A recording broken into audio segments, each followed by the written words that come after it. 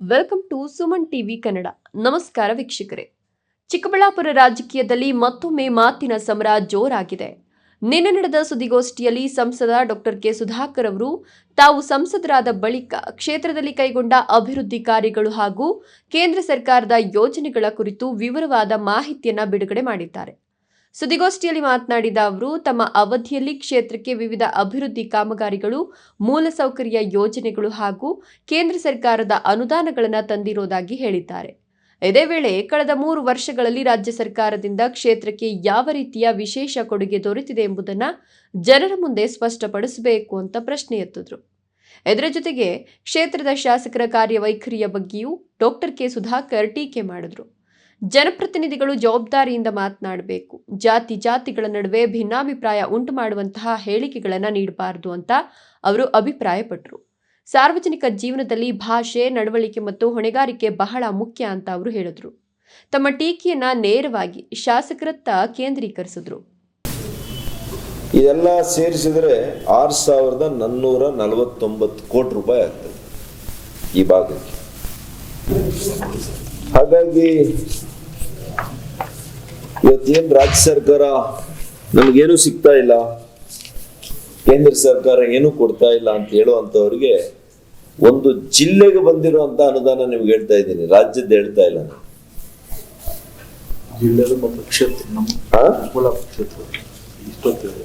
ಈಗ ರಾಜ್ಯ ಸರ್ಕಾರ ಎತ್ತಿನ ಹೊಳೆ ಮಾಡಲಿಲ್ಲ, HN ವ್ಯಾಲಿ 3ನೇ ಹಂತದ ಶುದ್ಧೀಕರಣ ಮಾಡ್ತೀವಿ ಅಂದ್ರು ಅದನ್ನ ಮಾಡಲಿಲ್ಲ. ಇವ್ರ ಮೇಲೆ ಇಟ್ಟಿರ್ತಕ್ಕಂಥ ಭರವಸೆಗಳೆಲ್ಲ ಕೂಡ, ನಿರೀಕ್ಷೆಗಳು, ಭರವಸೆಗಳೆಲ್ಲ ಕೂಡ ಸುಳ್ಳಾಗ್ತಾ ಇದೆ.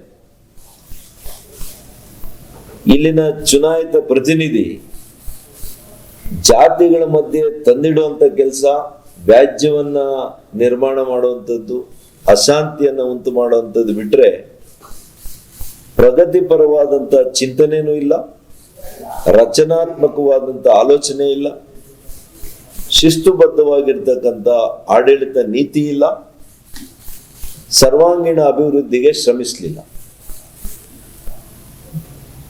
ನಾವು ಅಭಿವೃದ್ಧಿಯನ್ನ ಯಾವಾಗಲೂ ಕೂಡ ಮಾಡುವಂತ ಕೆಲಸ ಹಿಂದೆನೂ ಮಾಡಿದ್ದೇನೆ, ಈಗ ಲೋಕಸಭಾ ಸದಸ್ಯನಾದಾಗೂ ಕೂಡ ಮಾಡ್ತಾ ಇದ್ದೇನೆ. ಚಿಕ್ಕಬಳ್ಳಾಪುರ ವಿಧಾನಸಭಾ ಕ್ಷೇತ್ರಕ್ಕೆ ಇದುವರೆಗೂ 753 ಕೋಟಿ ರೂಪಾಯಿಗಳನ್ನ ಅನುದಾನವನ್ನ ಕೊಟ್ಟಿದ್ದೇವೆ ಕೇಂದ್ರ ಸರ್ಕಾರದಿಂದ. 753 ಕೋಟಿ ರೂಪಾಯಿ. ಇದೇ ರೀತಿ ರಾಜ್ಯ ಸರ್ಕಾರ ಈ ಕ್ಷೇತ್ರಕ್ಕೆ ಎಷ್ಟು ಕೊಟ್ಟಿದೆ ಅಂತ ಹೇಳಿ ನೋಡೋಣ. ಹೇಳ್ಬೇಕಲ್ಲ, ನಾನು ಇಷ್ಟು ತಂದಿದ್ದೀನಿ ರಾಜ್ಯ ಸರ್ಕಾರದಿಂದ ಅಂತ ಹೇಳಿ.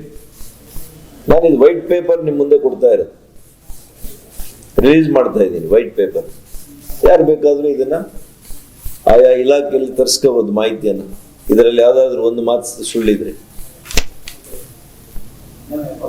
ಇದು ನಮ್ಮ ಸರ್ಕಾರ, ಮೋದಿಯವರು ಕೊಡುವಂತ ನಿಜವಾದಂತ ಗ್ಯಾರಂಟಿ ಇದು. ಬದುಕನ್ನ ಕಟ್ಕೊಳ್ಳುವಂತ ಗ್ಯಾರಂಟಿ ಇದೆಲ್ಲ ಕೂಡ. ಯಾವುದೋ ತಕ್ಷಣಕ್ಕೆ ಗ್ಯಾರಂಟಿ ಕೊಡುವಂತದ್ದಲ್ಲ, ಇದು ಜೀವನ ಪರ್ಯಂತ ಕೊಡುವಂತ ಗ್ಯಾರಂಟಿ. ಅದೇನೋ ಹಳ್ಳಿಗಳಲ್ಲಿ ಹೇಳ್ತಾರಲ್ಲ, ಹೊಟ್ಟೆಗೆ ಇಟ್ಟಿಲ್ಲ, ಹೊಟ್ಟೆಗೆ ಇಟ್ಟೂ ಇಲ್ಲ ಈ ಸರ್ಕಾರದಲ್ಲಿ, ಜುಟ್ಟಿಗೆ ಮಲ್ಲಿಗೆ ಹೂವೂ ಇಲ್ಲ. ಹಾಗಾಗಿ ಅವ್ರು ಸರಿಯಾಗಿ ಹೇಳಿದ್ದಾರೆ. ಮೊನ್ನೆ ಪರಮೇಶ್ವರ್ ಅವರು, ಡಾಕ್ಟರ್ ಪರಮೇಶ್ವರ್ ಅವರು, ಅವ್ರು ಹೇಳಿರೋದು ಸತ್ಯ ಇದೆ. ಈ ಸರ್ಕಾರದಲ್ಲಿ ಯಾವುದಕ್ಕೂ ಇಲ್ಲ, ಯಾವುದಕ್ಕೂ ಕೂಡ ಹಣ ಇಲ್ಲ.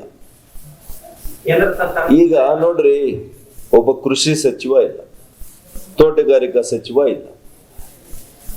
ನೀವು ಕೃಷಿಕರಿಗೆ ನೀವು ಏನ್ ನ್ಯಾಯ ಮಾಡ್ತೀರಿ?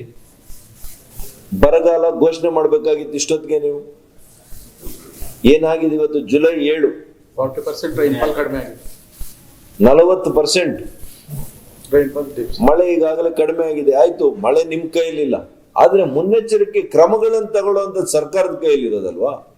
ಏನ್ ಮಾಡ್ತಾ ಇದ್ದೀರಿ? ಇನ್ನ ನಿಮ್ ರಾಹುಲ್ ಗಾಂಧಿ ಅವರೆಲ್ಲ ವಿದೇಶದಲ್ಲಿ ಅವರಂತೆ, ಪಾಪ ಅವ್ರು ಹೋಗಿ 15 ದಿವಸ ಏನೋ ಆಗಿರ್ಬೇಕು, ಇನ್ನ 1 ವಾರ ಆದ್ಮೇಲೆ ಬರ್ತಾರಂತೆ. ಅದಾದ ಮೇಲೆ ಇವ್ರು ದೆಹಲಿಗೆ ಹೋಗ್ಬೇಕು, ದೆಹಲಿಗೆ ಹೋಗಿ ಅಲ್ಲೇನೇನು ಮಾತುಕತೆ ಆಗ್ಬೇಕು, ಯಾವಾಗ ಅದು ಎಕ್ಸ್ಪ್ಯಾನ್ಷನ್ ಆಗುತ್ತೋ ನಮಗ್ ಗೊತ್ತಿಲ್ಲ, ನಮಗೇನು ಸಂಬಂಧ ಇಲ್ಲ, ಅವ್ರು ಯಾರನ್ನಾದ್ರೂ ಮಾಡ್ಕೊಂಡು ಅವ್ರ ಪಕ್ಷ.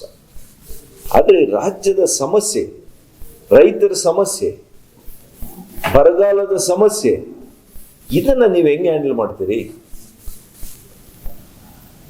ಇದು ನಮ್ಮ ಪ್ರಶ್ನೆ, ನಮ್ಮ ಮುಂದೆ ಇರೋ ಪ್ರಶ್ನೆ. ಎಲ್ಲ ಕೂಡ ಪಕ್ಷದ ಮುಖಂಡರು ನೈತಿಕವಾಗಿ ಅವ್ರ ಜೊತೆಲಿದ್ದೀವಿ. ಸುಮಂತ್ ಅವ್ರ ಜೊತೆಯಲ್ಲಿ ಅವ್ರಿಗೆಲ್ಲ ರೀತಿಯ ಲೀಗಲ್ ಅಸಿಸ್ಟೆನ್ಸ್ ಅನ್ನ ಕೊಟ್ಟಿದ್ದೀವಿ. ಯಾವುದೇ ಕಾರಣ ಸಕಾರಣ ಇಲ್ದಿರ ಅವರನ್ನ ಬಂಧಿಸಿರುವಂಥದ್ದು ಇದ್ಯಾವು ಕೂಡ ನಾವು ಮರೆಯಲ್ಲ. ಇವತ್ತೇನು ಇವ್ರ ಮೇಲೆಲ್ಲ ಕ್ರಮ ತಗೊಂಡು ಇವ್ರಿಗೆ ಜೈಲಿಗೆ ಕಳಿಸಿದಾರಲ್ಲ, ಅವರು ಮುಂದಿನ ದಿನಗಳಲ್ಲಿ ಅವ್ರು ಮಾಡಿರೋ ಊಟಕ್ಕೆ ನೀರು ಕುಡಿತಾರೆ. ಅವ್ರು ನೀರು ಕುಡಿಯೋದನ್ನ ನೀವು ನೋಡ್ತೀರಿ, ನಾನು ಆ ಸಮಯಕ್ಕೆ ಕಾಯ್ತಾ ಇದ್ದೆ. ನಾನು ಕೂಡ ಸುಮ್ಮನೆ ಇರುವಂತ ವ್ಯಕ್ತಿ ಅಲ್ಲ. ಏನು ಮಾಡಬೇಕು ಆ ಸಂದರ್ಭಕ್ಕೆ ಮಾಡ್ತೀನಿ. ಅವರು ಪಾತಾಳದಲ್ಲಿರ್ಲಿ, ಆಕಾಶದಲ್ಲಿ ಓಡಾಡ್ಲಿ, ಬಿಡೋ ಪ್ರಶ್ನೆನೇ ಇಲ್ಲ. ದ್ವೇಷ ಅಲ್ಲ. ಇವತ್ತು ಜಾತಿ ಮಧ್ಯೆ ನಾವು ಯಾವತ್ತೂ ಕೂಡ ಸಮುದಾಯಗಳ ಮಧ್ಯೆ ಎಂದು ಕೂಡ ಕಿಚ್ಚನ್ನ ನಾವು ಹಚ್ಚೋ ಕೆಲಸ ಮಾಡಿಲ್ಲ. ಕೇವಲ 3 ವರ್ಷದಲ್ಲಿ ಬಂದು ಈ ರೀತಿಯಲ್ಲಿ ಮಾಡ್ತಾ ಇರ್ತಕ್ಕಂಥದ್ದು ನಾವೆಲ್ಲ ನೋಡಿ ಸಹಿಸ್ಲಿಕ್ಕಾಗಲ್ಲ. ನಮ್ಮ ಚಿಕ್ಕಬಳ್ಳಾಪುರ ಕ್ಷೇತ್ರಕ್ಕೆ ಒಂದು ಇತಿಹಾಸ ಇದೆ, ಒಂದು ಚರಿತ್ರೆ ಇದೆ. ಸುಸಂಸ್ಕೃತರು ಆಳದಂತ ಒಂದು ನಾಡಿದು. ಇಲ್ಲಿ ಈ ರೀತಿಯಲ್ಲಿ ಮಾಡಿ ಎಲ್ಲ ಯುವಕರನ್ನ ಹೋಗಿ ಜೈಲಲ್ಲಿ ಹಾಕ್ಸಿ ಇನ್ನು 100-150 ಹುಡುಗರನ್ನ ಹುಡುಕ್ಸ್ತಾ ಇದ್ದಾರೆ ಪೊಲೀಸ್ನವರು. ಇದು ಸರಿ ಇದೆಯಾ?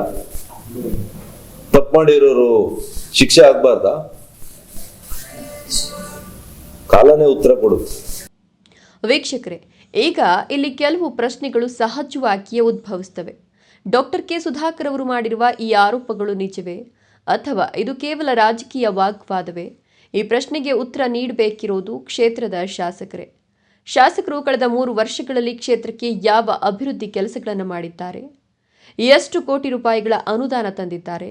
ಯಾವ ರಸ್ತೆ, ಶಾಲೆ, ಆಸ್ಪತ್ರೆ, ಕುಡಿಯುವ ನೀರು, ರೈತರ ಅಭಿವೃದ್ಧಿ ಅಥವಾ ಯುವಕರ ಉದ್ಯೋಗಕ್ಕೆ ಸಂಬಂಧಿಸಿದ ಯೋಜನೆಗಳನ್ನು ಜಾರಿಗೆ ತಂದಿದ್ದಾರೆ? ಇಂತಹ ಎಲ್ಲ ಮಾಹಿತಿಯನ್ನು ದಾಖಲೆಗಳೊಂದಿಗೆ ಜನರ ಮುಂದೆ ಇಡೋದು ಜನಪ್ರತಿನಿಧಿಗಳ ಜವಾಬ್ದಾರಿಯಾಗಿದೆ. ಇತ್ತೀಚಿನ ದಿನಗಳಲ್ಲಿ ಸಾಮಾಜಿಕ ಜಾಲತಾಣಗಳಲ್ಲಿ ಹಾಗೂ ಸಾರ್ವಜನಿಕ ವಲಯದಲ್ಲಿ ಕೆಲವರು ಭಾಷಣಗಳು ಮತ್ತು ಸಿನಿಮಾ ಡೈಲಾಗ್ಗಳಿಗಿಂತ ಅಭಿವೃದ್ಧಿಯ ಲೆಕ್ಕ ಮುಖ್ಯ ಅಂತ ಅಭಿಪ್ರಾಯ ವ್ಯಕ್ತಪಡಿಸಿದ್ದಾರೆ. ಇನ್ನೊಂದೆಡೆ ಶಾಸಕರ ಬೆಂಬಲಿಗರು ತಮ್ಮ ನಾಯಕರು ಹಲವಾರು ಜನಪರ ಕೆಲಸಗಳನ್ನು ಮಾಡಿದ್ದಾರೆ ಅಂತ ಹೇಳ್ತಿದ್ದಾರೆ. ಹೀಗಾಗಿ ಈ ಚರ್ಚೆಗೆ ಸ್ಪಷ್ಟತೆ ಬರಬೇಕಾದ್ರೆ ಅಂಕಿ ಅಂಶಗಳು ಮತ್ತು ದಾಖಲೆಗಳೇ ಅಂತಿಮ ಉತ್ತರವಾಗಬೇಕು. ಪ್ರಜಾಪ್ರಭುತ್ವದಲ್ಲಿ ಜನರೇ ಅಂತಿಮ ತೀರ್ಪುಗಾರರು. ಜನಪ್ರತಿನಿಧಿಗಳು ತಮ್ಮ ಸಾಧನೆಗಳನ್ನು ಪಟ್ಟಿ ರೂಪದಲ್ಲಿ ಜನರ ಮುಂದೆ ಇಟ್ಟಾಗ ಮಾತ್ರ ಯಾರು ಎಷ್ಟು ಕೆಲಸ ಮಾಡಿದ್ದಾರೆ ಎನ್ನುವುದು ಸ್ಪಷ್ಟವಾಗ್ತದೆ. ಆರೋಪ ಪ್ರತ್ಯಾರೋಪಗಳಿಗಿಂತ ಅಭಿವೃದ್ಧಿಯ ಲೆಕ್ಕವೇ ಜನರಿಗೆ ಮುಖ್ಯ. ಹೀಗಾಗಿ ಡಾಕ್ಟರ್ ಕೆ ಸುಧಾಕರ್ ಅವರು ತಮ್ಮ ಸಾಧನೆಗಳ ಪಟ್ಟಿಯನ್ನು ಬಿಡುಗಡೆ ಮಾಡಿದಂತೆಯೇ ಕ್ಷೇತ್ರದ ಶಾಸಕರು ಕಳೆದ 3 ವರ್ಷಗಳ ಅಭಿವೃದ್ಧಿ ಕಾರ್ಯಗಳ ಸಂಪೂರ್ಣ ಮಾಹಿತಿಯನ್ನು ಅಂಕಿ ಅಂಶಗಳೊಂದಿಗೆ ಜನರ ಮುಂದೆ ಇಡಬೇಕು ಅನ್ನೋದು ಸಾರ್ವಜನಿಕರ ನಿರೀಕ್ಷೆಯಾಗಿದೆ. ಈ ವಿಚಾರದ ಬಗ್ಗೆ ನಿಮ್ಮ ಅಭಿಪ್ರಾಯ ಏನು? ಸಂಸದರ ಟೀಕೆ ಸರಿ ಅಂತ ನಿಮ್ಗನಿಸ್ತದೆಯೇ ಅಥವಾ ಶಾಸಕರ ಸಾಧನೆಗಳು ಇನ್ನೂ ಹೆಚ್ಚಿನ ಮಟ್ಟದಲ್ಲಿ ಜನರಿಗೆ ತಲುಪಿಲ್ಲ ಅಂತ ಭಾವಿಸ್ತೀರಾ? ನಿಮ್ಮ ಅಭಿಪ್ರಾಯವನ್ನು ಕಮೆಂಟ್ ಮೂಲಕ ತಿಳಿಸಿ. ಇಂತಹ ಮತ್ತಷ್ಟು ರಾಜಕೀಯ ಮತ್ತು ಅಭಿವೃದ್ಧಿ ಸಂಬಂಧಿತ ಸುದ್ದಿಗಳಿಗಾಗಿ ಸುಮನ್ ಟಿವಿ ಕನ್ನಡವನ್ನು ಸಬ್ಸ್ಕ್ರೈಬ್ ಮಾಡಿ, ವಿಡಿಯೋವನ್ನು ಲೈಕ್ ಮಾಡಿ ಮತ್ತು ನಿಮ್ಮ ಸ್ನೇಹಿತರೊಂದಿಗೆ ಹಂಚಿಕೊಳ್ಳಿ. ಧನ್ಯವಾದಗಳು.